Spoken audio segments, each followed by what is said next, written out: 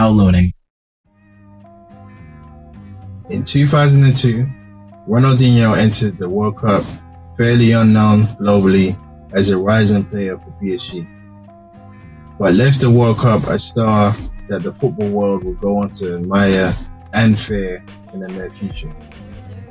To be honest, he had a great World Cup and dazzled the tournament with his playmaking ability and fantasy football. His most important game was against England in the quarterfinals. Not only did he set up a goal for Ronaldo effortlessly with a step over, accelerating past Ashley Cole, following that up with a greatly timed pass to Ronaldo, he went on to convert the assist by passing the ball into the net. Ronaldinho also scored the winner. He was a very important piece to that Brazil team alongside R9 and Ronaldo. The world was put on notice. The Stickman football freestyle inspired commercial was released by Nike with the help of Wyden and Kennedy Amsterdam as a way to promote British freestylers and further push the freestyle craze that was buzzing in Europe at the time. It was filmed in November 2002. There was so much excitement surrounding Ronaldinho at the time due to his magical World Cup performances. At club level, in the 02-03 season, he really started to grow as a player at PSG as his game continued to develop more and more. So they have Ronaldinho, they have the British freestylers, and the Stickman concept. So the only thing that was needed was the music to provide the soundtrack for this commercial. They reached out to the Neptunes, who produced the song, and Pharrell is the voice you hear performing the lyrics of the song You, the theme song of this commercial. The year of 2002, Neptunes were the hottest producers of music and were shifting and shaking pop culture in a major way, producing songs like Beyonce, Work It Out, Britney Spears, Boys, Busta Rhymes, Pastor Cavassier, Clips, Grinding, Justin Timberlake, Like I Love You, Usher, You Don't Have to Call, NSYNC, Girlfriend, Nelly, Hot in Here, Nori, Nothing, NERD Provider, just to name a few. There's so much nostalgia attached to this commercial. You put the magic, freeness, and joy of Ronaldinho, along with the genius and creativity of the Neptunes, fueled by the values of Nike, and you get the Stickman commercial, which appeared on TV on the 10th of February 2003. Who do you think you are?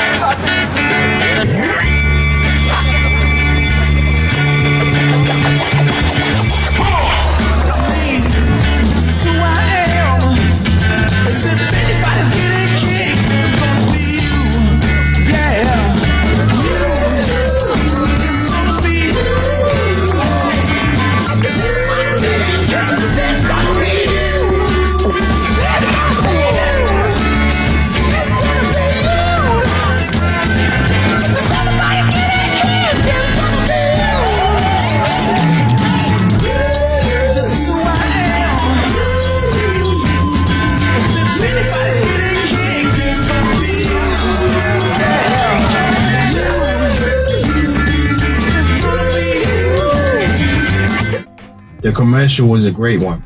Ronaldinho was essentially battling a group of British freestylers. The concept was based on them trying to outdo each other. At the time, the term freestyling as a craft was quite new in Europe on a mainstream level. Brazilian players, of course, were known for showcasing freestyle-driven skills and tricks. And obviously, this was nothing new in the streets of Brazil. A mystified Stickman cartoon-type character joins in the battle and exceeds expectations by showcasing world-class freestyle tricks. The Stickman was so great that it inspired Ronaldinho to join in and display his magic. It was a game-changing football commercial because it bridged the gap between the top and the ground level. A footballer with natural freestyling ability with other street freestylers. Ronaldinho, although an emerging global star at the time, showed that he was still connected to the freestyles happening on the ground level. He's someone that incorporates freestyle moves into his gameplay, so it showed a great connection between the professional and the street level of football, which Ronaldinho knows very well. He's a player that at the time and still to this day embodies street, freestyle, and fantasy football.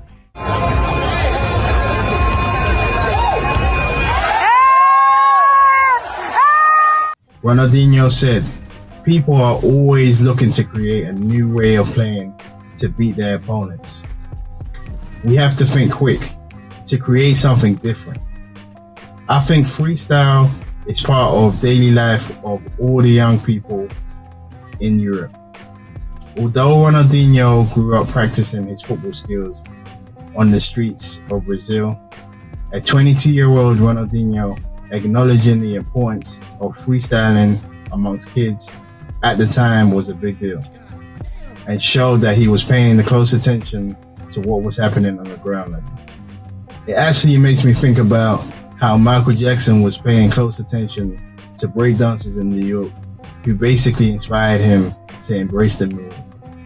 These are both examples of a global superstar being in touch with what is happening on the ground level of their craft. With this commercial being released in 2003, I have to get into the impact of Neptunes that year, who are responsible for the music behind this commercial.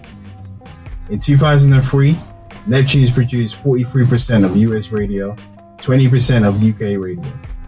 But Nike wasn't the only company collaborating with the Neptunes that year, as far as commercials are concerned anyway. McDonald's was another one. Neptunes produced the song for the original "I'm Lovin' It" commercial, starring Justin Timberlake and Clips. I'm loving it. Is this the place to eat? Since I don't cook, I'll just rock to the beat. I'm loving it. At the end of the day, to relieve the stress, we add a little play. I'm loving it. Sometimes we have mishaps. You just overcome and adapt to setbacks. I'm loving it. As well as producing and writing Justin Timberlake's "I'm Loving It" official single. Arguably, two of the biggest global brands understood the influence that the Neptunes had on pop culture and were smart enough to use their music as the soundtrack for their commercials. Summer of 2003, Ronaldinho went on to sign to Barcelona and continued along his path towards becoming the world's best, which he went on to reach the following year, winning the FIFA World Player of the Year award. So there you go. The Stickman commercial embodied the idea of expressing yourself, being creative and innovative.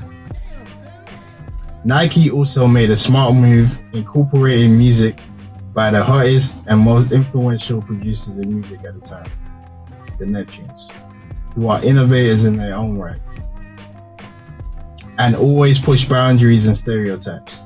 They were initially outsiders, but went on to shift culture and dictate what was seen as cool. The Stickman character represented the outsider getting their chance to showcase what they could do creatively.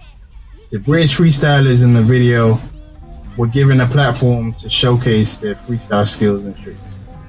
As Ronaldinho said, freestyling being a trial and error type of language that resonated with kids around Europe like myself, who would practice different tricks to beat an opponent in the streets and in the playground. But this also applies to kids today.